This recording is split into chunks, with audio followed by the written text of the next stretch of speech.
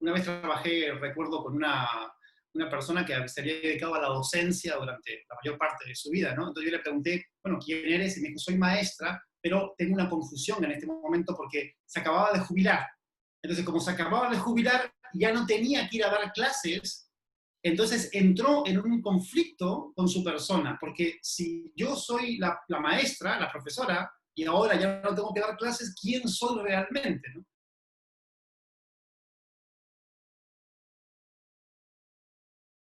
Entonces partamos ahora ya y Sebastián Darpa, desde Santiago de Chile, gracias por la participación y tu generosidad y amabilidad de aceptar esta invitación a esta charla, a esta conversación, a este espacio que la idea es que podamos tener un encuentro desde el otro lado del Atlántico, ya tú te presentas también, y bueno, estamos como en cierta manera en sintonía con esta sangre latina en donde no necesitamos estar tan acartonados y hacer grandes presentaciones. Lo que puedo decir de ti, Sebastián, primero que nada, te admiro mucho, admiro tu trabajo y una de las personas que yo creo que he conectado mucho por su frescura, su juventud, su power, su impronta, su profesionalismo y se ve pasión en el trabajo que tiene que ver con el desarrollo humano. Como conferencista internacional que eres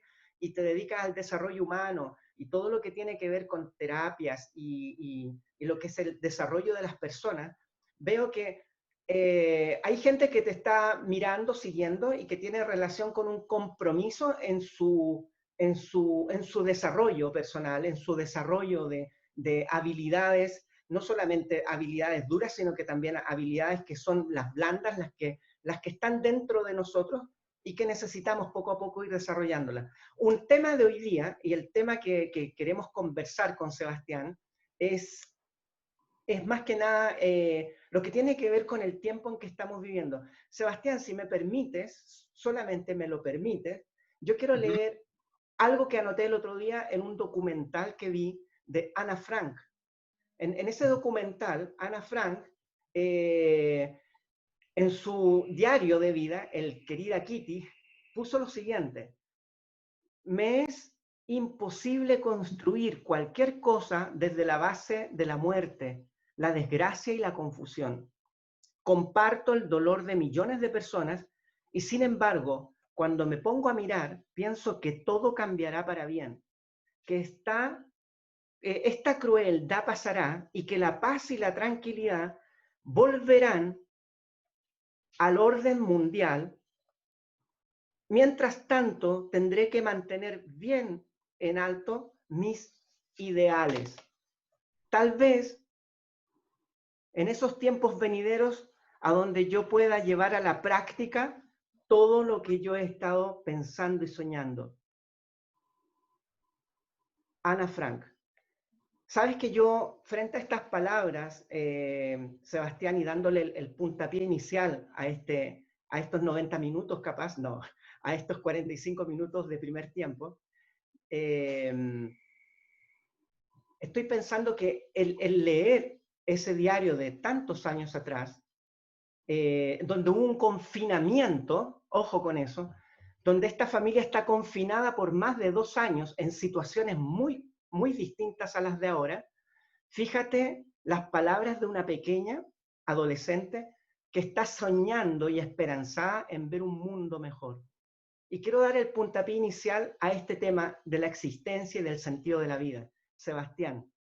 Bueno, muchísimas gracias, Carlos, gracias por esta hermosa oportunidad de compartir juntos este tránsito de la existencia humana y coincidir en esta conversación para compartir con todas las personas que nos están viendo y están escuchándonos.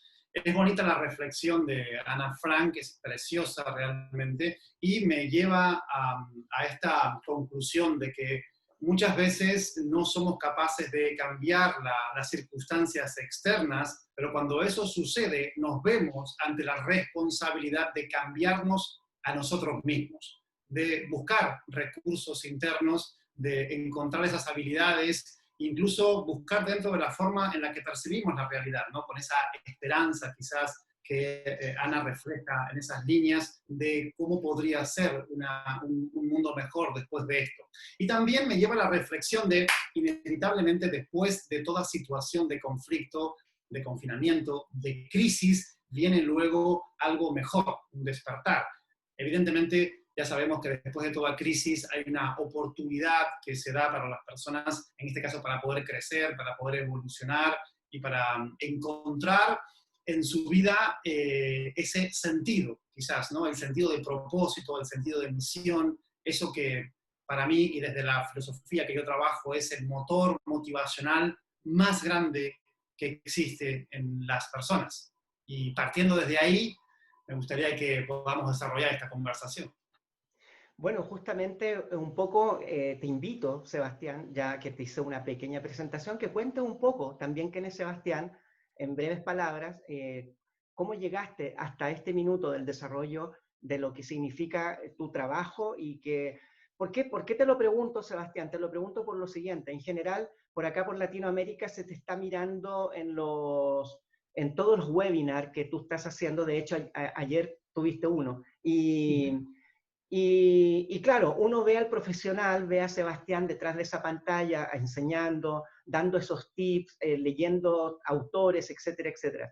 Pero tú sabes que yo tengo un programa que se llama el Bajo la Piel. Y el Bajo la Piel tiene una fórmula muy apegada a lo humano. No más de lo mismo, no lo que está sobre el escritorio del copiar-pegar, sino que hablar desde acá adentro, desde lo que está debajo. Entonces, desde bajo de la piel estoy queriendo hablar con Sebastián y que Sebastián también, de una u otra manera, muestre esa esencia. ¿Quién es Sebastián? Bueno, es hermosa esta oportunidad, ¿no? De conectar con quizás esa esencia, eso que está detrás de toda la imagen que la gente puede percibir de uno. Yo, lo que puedo decirte acerca de mí, yo soy una persona que hasta los 29 años me creí tonto, trabajé con una creencia muy arraigada en mí, que evidentemente me dejaba por debajo de las posibilidades que la vida podía ofrecerme. Y cuando comencé yo a darme cuenta y a trabajar aspectos de mi desarrollo personal, comencé a comprender de que, wow, existen más posibilidades para mí, puedo ser una persona que realice actividades, conferencias, cursos y pueda acompañar a otras personas en su crecimiento, en su cambio, ¿no? Pero esta creencia que me limitó durante muchos años terminó derivando en una especie de vacío existencial, en el que yo atravesé una situación de apatía, de tristeza, incluso de depresión profunda, en la que me levantaba cada día por la mañana y me preguntaba ¿para qué? ¿Para qué me levanto? ¿Cuál es el sentido de lo que hago, de lo que realizo en aquel momento? Y bueno, y esas preguntas cada vez se hicieron preguntas más insistentes, y eso básicamente me empujó a utilizar lo que yo digo, el poder o el superpoder más grande que tenemos los seres humanos, ¿no? Que es la decisión, que es poder decidir terminar una etapa de mi vida y comenzar con una diferente, nueva, básicamente desde una inexperiencia, ¿no? Pero con mucha motivación, con muchas ganas. Entonces, a los 29 años tengo una crisis existencial, a los 30 años decido hacer un cambio importante en mi vida y empezar prácticamente de cero, y ahí eso me lleva, pues, básicamente a conectar con metodologías como el coaching, como la programación neurolingüística, como la logoterapia, o otras metodologías más de desarrollo personal, que básicamente primero me han ayudado a mí a comprenderme mejor, a entender lo básico del autoconocimiento, ¿no? Y cómo esto impacta en nuestra vida, y luego evidentemente darme la posibilidad de acompañar a otras personas. Pero es bonita esta reflexión que haces, ¿no? De, bueno, permitirnos conectar desde esa esencia, desde ese bajo la piel que tú le llamas, ¿no? Y desde ahí abrirnos a las posibilidades. Sí, gracias por contar eso, porque la verdad es que hay que mostrarnos de una manera para poder entregarle herramientas a otros, poder hacer que otros tengan este atajo para que no tomar un camino tan largo y poder llegar de una u otra manera subir un nivel más de conciencia y elevar Pero estas no luces. sé si coincides conmigo, Carlos, en esto de que qué importante que es hoy en día poder sentirnos vulnerables y hacer de la vulnerabilidad también un poder. Yo creo que durante muchos años el sentirnos vulnerables, incluso siendo hombres, ¿no? Porque la vulnerabilidad de un hombre estaba como muy mal vista, siempre teníamos que estar como en una pose, en una forma de estar que básicamente eran valores sociales, ¿no? Pero hoy en día el hecho de reconocer nuestras sombras, el hecho de reconocer nuestras vulnerabilidades, creo que nos acerca mucho a la esencia y a lo que la gente espera de una persona que haga un trabajo de acompañamiento terapéutico. Bueno, creo que una de las características más poderosas y más potentes que tiene que tener, más que tenga que tener, es una característica que es por esencia, se lleva en lo que significa esta profesión, de poder aportar con otros, como tú dices, encenderle la llama a otros y que sean también posibilidades. También te he escuchado que hablas por ahí. Así que te he Uh-huh. observado, Sebastián, en tus dichos. Sí, Y estás bien informado. claro, Bien sí, informado. sí. Y bueno, mira, hay una persona, Jan de la Bayoret, que dice, a veces cuesta mucho más eliminar un puro defecto que adquirir 100 virtudes. Y sí que cuesta, sí que cuesta. Eh, a veces nuestra vida se torna pasa mucho tiempo, y por eso te hablaba de encontrar este camino corto para no tener que estar tanto desde la mirada del aprendizaje del dolor y del sufrimiento. Y tú hablas de una postura que es muy poderosa, que es este tema, por ejemplo, esto de la vulnerabilidad. Solamente te quiero decir esto.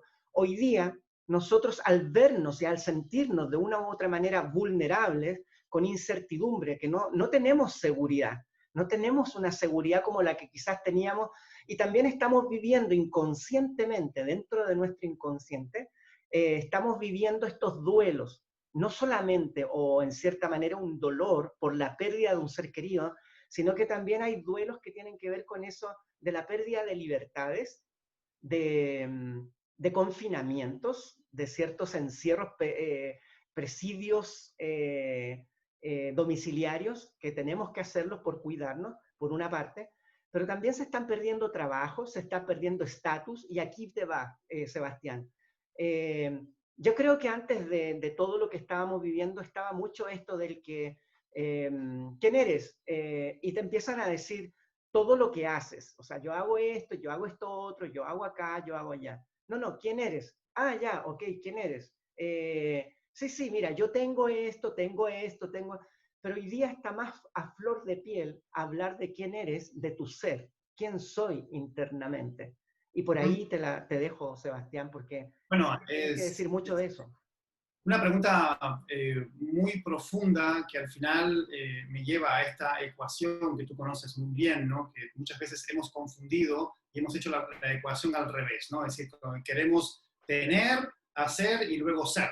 Y al final es dar vuelta a la ecuación para entender que primero hemos de ser, luego hacer para poder tener, ¿no? Y en este ser uno tiene que reconocer que ha vivido durante muchísimos años dormido. Bueno, decía el sabio jesuita Anthony de Melo, la mayoría de las personas están dormidas, pero no lo saben.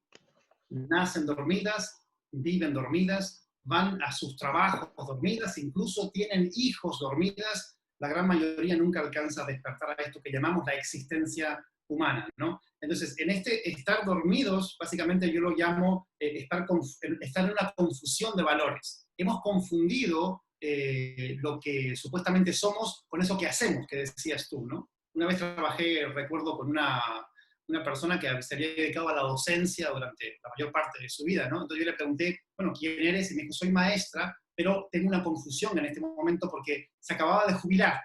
Entonces, como se acababa de jubilar, ya no tenía que ir a dar clases, entonces entró en un conflicto con su persona, porque si yo soy la maestra, la profesora, y ahora ya no tengo que dar clases, ¿quién soy realmente? ¿No?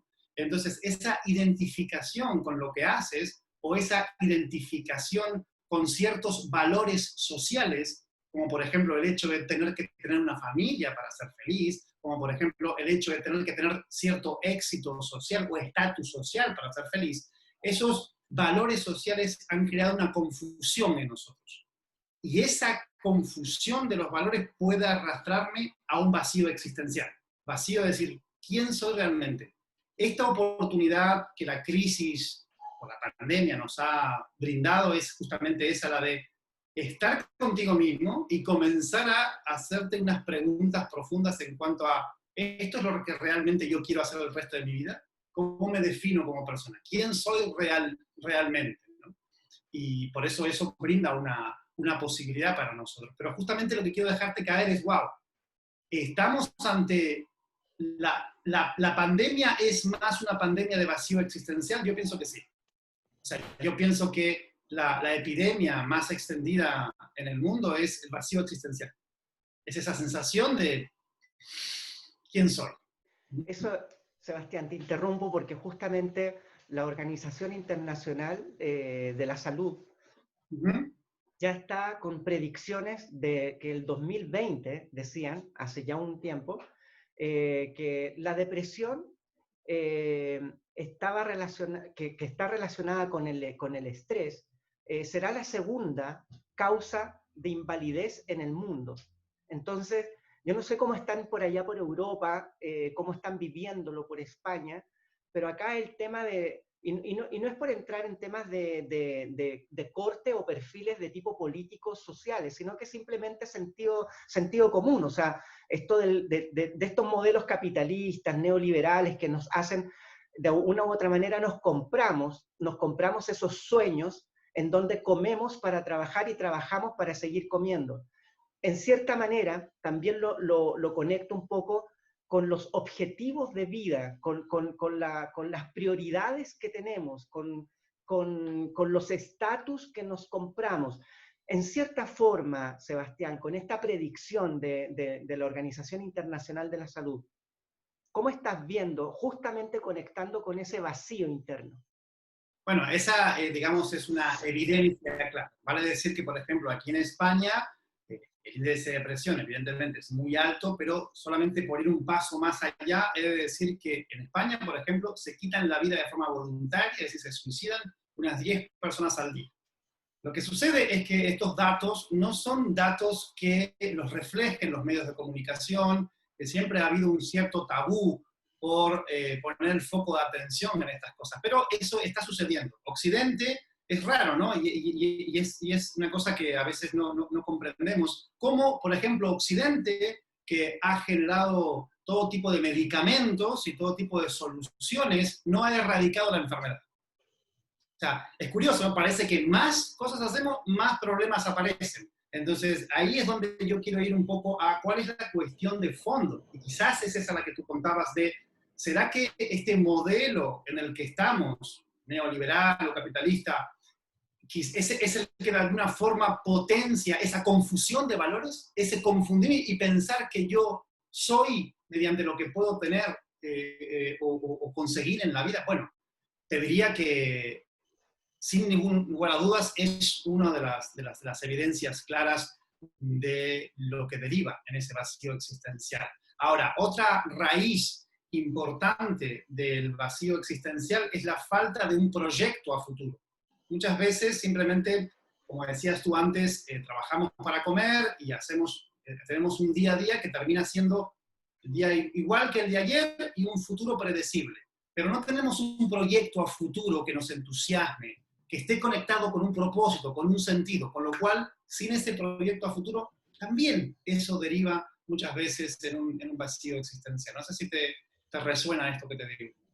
Sí, claro, o sea, de todas maneras son los síntomas de este existencialismo y este cuestionamiento del que nos preguntamos desde que somos originarios como mamíferos humanos, y ya comenzamos a razonar y a pensar. Somos los únicos dentro del reino animal que logramos ser conscientes de quiénes somos, pero a veces como que hasta entramos a dudar de quiénes somos, para dónde vamos, de dónde vengo, para dónde vamos. Entonces, estos cuestionamientos de solo sé que nada sé, es interesante poder conectarnos con que ¿cómo logramos nosotros hacernos conscientes? ¿O qué pasa ahí, Sebastián, con todo tu trabajo y lo que has visto? Porque solamente lo uno, en las consultas también, cuando comienzo a conversar con las personas, lo que yo escucho son prácticamente almas con muchas o varias heridas, y heridas que a veces se las autoinfringen ellos mismos, auto boicot, donde yo no valgo, yo no necesito a nadie, no permito que me estén dando un consejo, yo no puedo. Tú conoces un poco la mentalidad que hemos llevado por muchos años, sobre todo Latinoamérica se ha ido desmarcando de eso, el yo no sé, el yo no tengo, el yo no puedo. Hijo, ¿dónde está el hilo? No sé.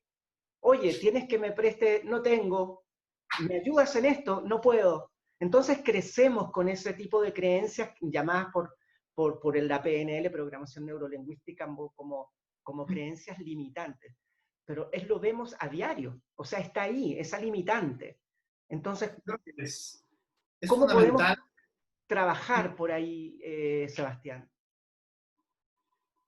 El trabajo, para mí, el más importante de todos y el paso principal es tener la absoluta convicción de que ninguno de nosotros está viviendo en eso que llamamos realidad.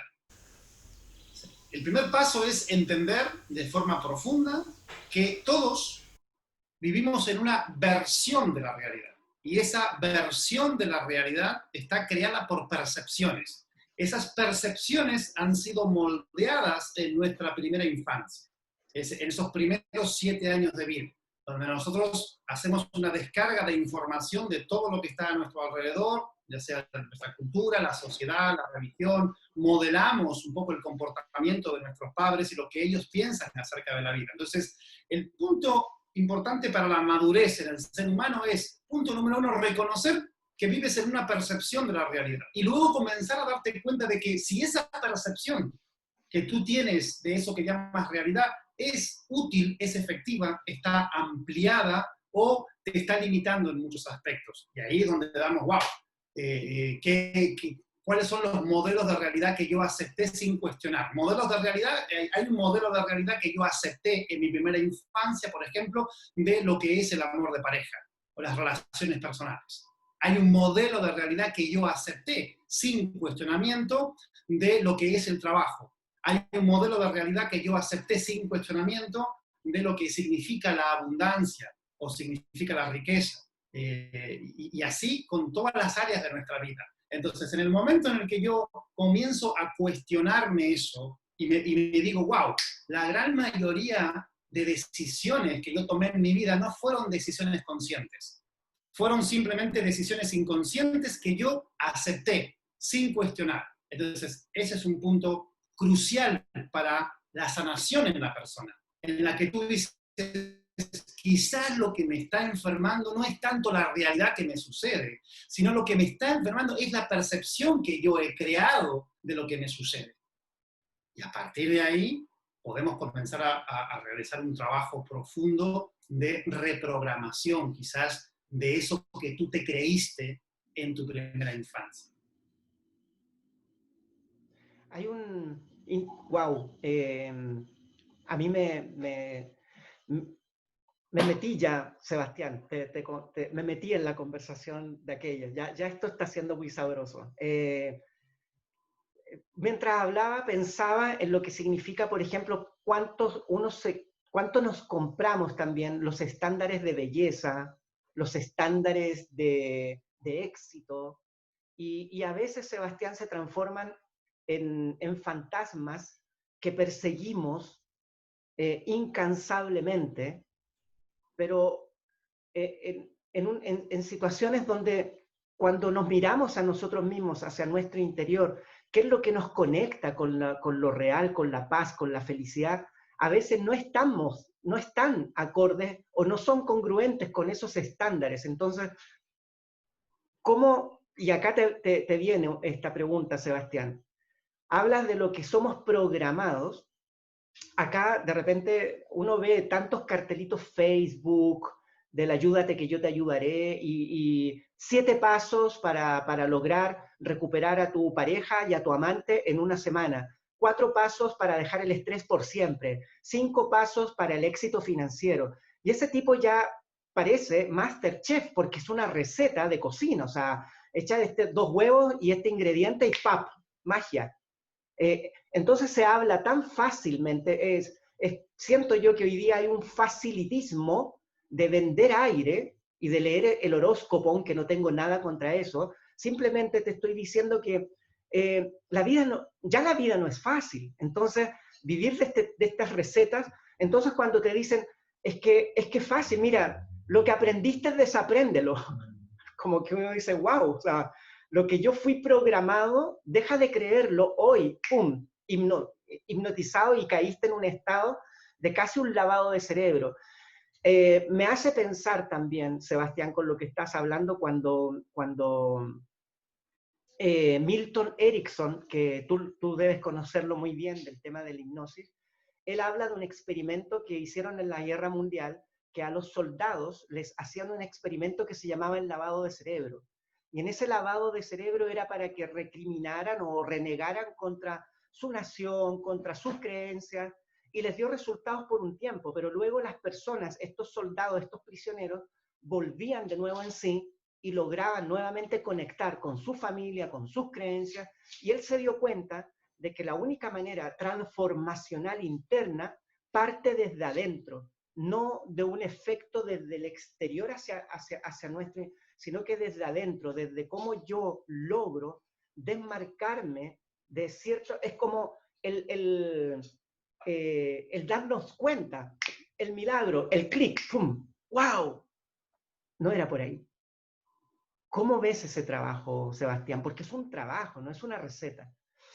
No, por supuesto que no es una receta y hemos de entender que muchas veces cuando nos vemos ante este tipo de publicidades, tenemos una especie de predilección por lo fácil, por lo inmediato, esa inmediatez, me leo esto, hago estos pasos y ya consigo esto otro, ¿no? Tiene más que ver con el cliente que con la persona que lo ofrece, ¿no? Es como una receta que tú dices muy fácil de vender. Para mí está muy claro esto, los cambios no son un evento, son un proceso. Y esos procesos de cambio se producen de forma inconsciente. A veces la persona no es consciente de que ya ha comenzado a dar pasos en su propia transformación. Eso puede durar semanas, meses o incluso años. Pero lo que yo me pregunto es, ¿hasta dónde somos capaces de transformarnos como seres humanos? No hay un límite. Entonces, lo bonito es hacer un proceso de transformación de toda la vida, ¿no? Uno va aprendiendo, va adquiriendo, se va quitando quizás ciertas creencias, ciertas ideas, pero es un proceso. Y aquí hemos de entender el funcionamiento de nuestro cerebro. Nuestro cerebro tiene dos partes bien diferenciadas, ¿no? La mente consciente, que es la que alberga esos anhelos, esos deseos, esas ganas, eso lo que tú quieres ahora, ¿no? Pero luego la mente inconsciente es la que realmente tiene toda esa programación. Y en comparación, tu mente inconsciente gobierna aproximadamente un 90% de tu comportamiento diario. Por eso es que a veces, desde esa parte consciente de lo que tú quieres, no es posible el cambio. Ahí es donde se hace necesario la intervención de esa capacidad de llegar a la mente inconsciente para que la mente inconsciente opere cambios. Y eso termina siendo un proceso que ya te digo puede durar tiempo. Ahora, hay una muy buena técnica que yo a veces le comento a las personas, que es actuar como si. Actuar como si significa, si tú quieres, por ejemplo, seguridad, confianza en tu vida, oye, comienza a actuar como si ya estuvieras en posesión de ese recurso en ti. ¿Cómo te vestirías? ¿Cómo caminarías? ¿Cómo sería tu fisiología? ¿Cómo te comunicarías con los demás? En todos los contextos en los que tú te mueves, comienzas a tener presente eso.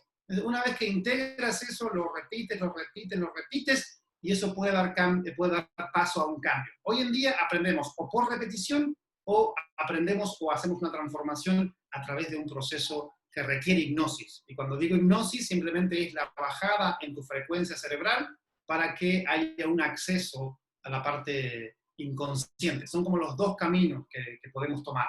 Uno, desde la parte consciente, repetición, repetición, repetición, hasta que ya me convierto en eso que repito, y por el otro lado, un trabajo, un proceso más hipnótico, en donde puedo operar el cambio. Quizás más rápido es la parte que tiene que ver con la hipnosis, pero la otra hay que llevarla a cabo también. Hay una frase de Octavio Paz que habla en un poema, que es un verso que dice: el olvidado asombro de estar vivos. Creo que en cierta manera hoy día hemos vuelto a recordar que estamos vivos, enfrentándonos a este menú que nos vende la televisión, que yo te digo ya, o sea, yo hago dieta televisiva hace ya bastante tiempo, intento no ser el bote de residuos que me están vendiendo, por salud mental. Pero ese olvidado asombro de estar vivos, que menciona Octavio Paz, justamente hoy día estamos volviendo nuevamente al menos a enfrentarnos a esas muertes, que en este caso incluso ya ni podemos ir a enterrar a nuestros muertos. En estos momentos son un tiempo donde el planeta está enfermo. Y estamos recordando y dándonos cuenta que sí tenemos 1440 minutos que administrar diarios de vida. Sí pongo mi mano en el pecho y siento que mi corazón late, hay vida. Es algo que hablaba en un programa que en la mañana en México, de televisión. Entonces, yo te lo saco ahora porque justamente, Sebastián,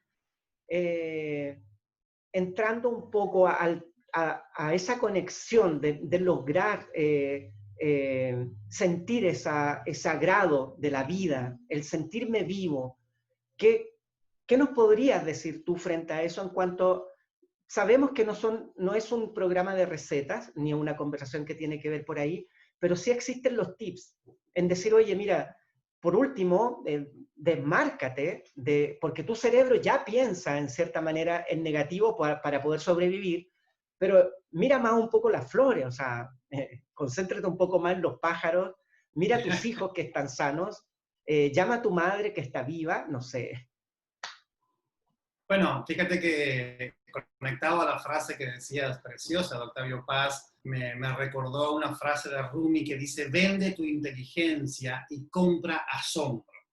Hoy en día necesitamos esta capacidad de volver a asombrarnos con la existencia, volver a asombrarnos con esas pequeñas cosas y dejar de tener esos anhelos compulsivos, quizás de conseguir ese estatus, esa fama, ese éxito, sino que volvernos a esa simpleza de la vida, ¿no?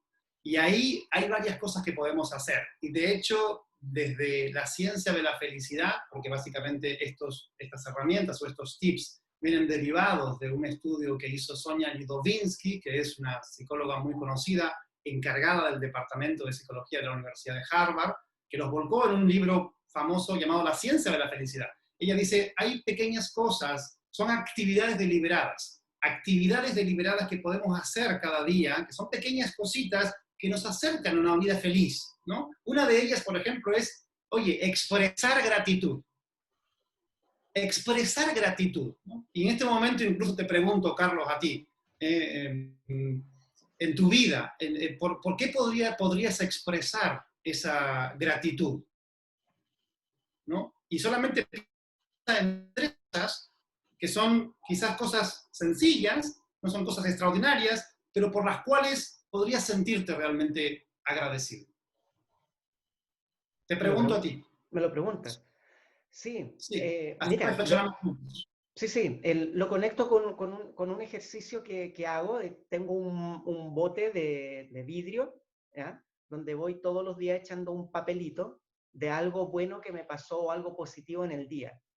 Y es un ejercicio que hizo por ahí una escritora, que hizo esa película Rezar, Orar, que se va a la India. ¿Te acuerdas de esa película? sí. Donde actúa Julia Roberts. ¿Ah? Bueno, la autora de esa novela Ujú. se genera este ejercicio, que es muy lindo además, porque tú vas viendo este bote cómo se va llenando de cosas lindas, positivas. Yo lo que te puedo decir ahora, Sebastián, por muchas cosas agradecer. Una, primero que estamos vivos, estoy vivo, estoy contigo, estamos conectados, es ver a mi hijo frente a mí, que está ahí grabando. Para mí es una tremenda alegría de que él esté incorporándose en este trabajo. Tenemos sus discusiones con la luz, con la hora, con este trabajo, pero yo lo miro como padre, con una Ujú. ternura. O sea, él siente como que su padre de repente, oye, la hora, mira, está un invitado, la luz, pero yo lo miro ahí y para mí maravilloso. O sea, estoy feliz, estoy feliz. Hermoso. Acaba de terminar, pasar a su cuarto semestre de ingeniería comercial, en este año que podríamos decir, oye, este año corto con la carrera, la congelo, la detengo, no están dadas las condiciones para yo continuar, voy a esperar que se den mejores las condiciones, y no, hay una perseverancia, hay un trabajo, y logró pasar a su cuarto semestre de universidad desde estas condiciones no tan favorables, pero él se tomó de esta situación para saltar un paso más Bueno, alto, y eso me fíjate que enorgullece. eso es algo muy, muy positivo, porque hay algo que tenemos que comprender, y es que aprendemos mucho más de los supuestos fracasos en nuestra vida que de los éxitos. De hecho, yo muchas veces recomiendo a los padres que hagan que sus hijos conozcan la frustración, conozcan el hecho de no conseguir las cosas. ¿Por qué? Porque en la vida van a haber situaciones desfavorables. La vida contiene dolor, contiene sufrimiento, y si nos acostumbramos a que todo se nos da bien y que todo es genial y es perfecto, eso es una receta fantástica para encontrar en algún momento un dolor muy profundo en la existencia. Entonces, es bueno forjarnos ante situaciones como esa, ¿no? La de que me esfuerzo, lucho, las cosas no se dan bien, tal, y salgo adelante, ¿no? Al final es una metáfora y un entrenamiento para la vida, para lo que viene luego, ¿no? Entonces te decía, expresar gratitud, y ya nos ha dado un ejemplo fantástico, y la gente que nos está viendo y escuchando también puede pensar, ¿no?, en esas cosas por las cuales puede sentirse agradecido. Otro punto importante que se plantea aquí es cultivar el optimismo, pero fíjate que la palabra es cultivar. Cultivar significa que tú cada día estás consciente de sentirte y de tener una percepción optimista de la vida. Mira, hace muchos años Einstein dijo que los seres humanos en algún momento de forma consciente o inconsciente debemos decidir en qué mundo vivimos. Si vivimos en un mundo lleno de dolor, de sufrimiento, de desigualdad, o si vivimos en un mundo lleno de oportunidades, lleno de gente buena, lleno de cosas bonitas. Bueno, es una decisión importante. Ahora, ¿dónde decides vivir? Yo hace muchos años decidí vivir en este mundo, y este mundo no niega a este otro, sino que te permite tener una percepción optimista, ver el vaso medio lleno en vez de ver el vaso medio vacío. Darte cuenta de que eso que llamamos realidad nos está dando un montón de información. Ahora es donde pongo el foco de atención. La vida no es lo que me sucede, es cómo yo respondo a lo que me sucede. Y hace un tiempo conocí el caso de una mujer que su hijo falleció en un accidente de tráfico con 23 años. Ella evidentemente pasó un periodo de dolor, lamentablemente, pero luego al poco tiempo comenzó nuevamente a estar bien, a hacer sus actividades diarias, comenzó a hacer yoga, a encontrarse con sus amigas, y su hijo más pequeño un día le dice, pero mamá, ¿qué te pasa? ¿No estás mal por lo que sucedió? Y ella simplemente lo miró a los ojos y le dijo, sí, hijo mío, sin embargo, he decidido dar las gracias a Dios por haberme dejado disfrutar de tu hermano durante 23 años. Cuando yo escuché esto, simplemente lo que dije es, wow, qué increíble es la forma en la que uno puede percibir lo que le pasa. Al final, el acontecimiento exterior del accidente, no puedo yo gobernar esa situación, pero sí puedo gobernar cómo yo la transmito a mi sistema perceptivo. Y eso realmente es lo que yo llamo la libertad. Auténtica libertad es cómo tú estás percibiendo lo que te sucede. Hay que cultivar el optimismo. Wow, maravilloso. Avanza el tiempo, esta conversa, ¿sabes que me conecta tanto, Sebastián? Porque nos separan no solamente fronteras y países, nos separa todo el Atlántico y estamos aquí conectados desde Santiago de Chile hasta, ¿en qué lugar estás ahora tú? Huesca, España. Ya. Y ya nos van quedando algunos minutitos solamente. Te voy a dar el pase para que luego te despidas, pero, y para que nos despidamos de la gente que nos está mirando, ha sido muy placentero este rato que he estado conversando contigo. De verdad que te lo digo, conecto mucho con todo lo que tú estás hablando. Por otra parte, es interesante en este tiempo en que en todo lo que estamos viviendo, lo que es el sentido de la vida, este existencialismo, estos vacíos que podríamos hablar temas y temas de por qué se van dando y que tiene que ver con creencias también. Eh, Sebastián, hasta aquí, ¿qué pregunta yo no te he hecho y que te gustaría que te lo hubiese hecho? Para que tú mismo te la preguntes y te la respondas, para que te dé ese espacio. Bueno, quizás, bueno, no es una pregunta en sí, pero quisiera tener la oportunidad de reflexionar acerca de algo que nombraba quizás el filósofo más grande del siglo XX, Martin Heidegger, existencialista. Él hablaba de la vida auténtica y la vida inauténtica y daba algunas características de esto, ¿no? Por ejemplo, las personas que llevan una vida inauténtica, una de las características que tienen es que están absorbidos, decía Heidegger, por los entes, que es todo lo que está fuera de ti. Esas luces, ese querer quedar con personas todo el tiempo, querer que te pongan un montón de likes en las redes sociales, ganar cierto estatus, tener cosas, bueno, estar todo el tiempo absorbido por eso. Cuando estás todo el tiempo absorbido por esos entes, por eso que está fuera de ti, no te permites ese encuentro contigo mismo, en el silencio, en la soledad quizás. Otra característica de la vida inauténtica es negar la muerte. Fíjate que antes hablabas de la muerte, pero la muerte es algo que inexorablemente está unido a la vida.